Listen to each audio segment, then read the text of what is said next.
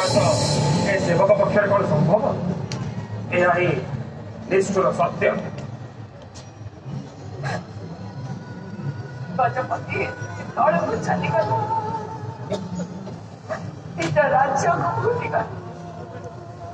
भूलिगले भागीरथी कुमार देशर शह शह प्रजा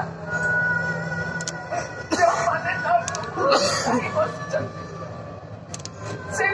भसई देले जगन्नाथ को प्राण बाहर टेकी देले जमन हाथ को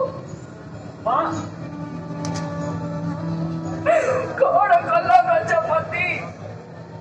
की दस मु तम करी घरे हेले मो मुह को चाहिए आपण को मुह को चाहिए कौन लाभ मिल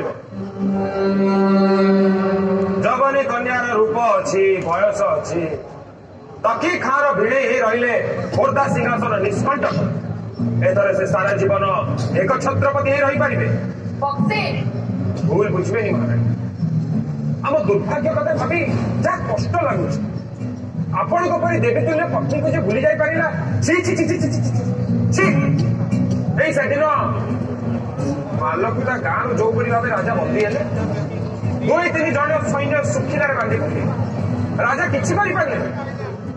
आमे राजा को वीरत्व कथा जानिनु खाली हाथ में हाथी को अटेवा लोक खाली से विधवा घरे पशिथिले बोली ना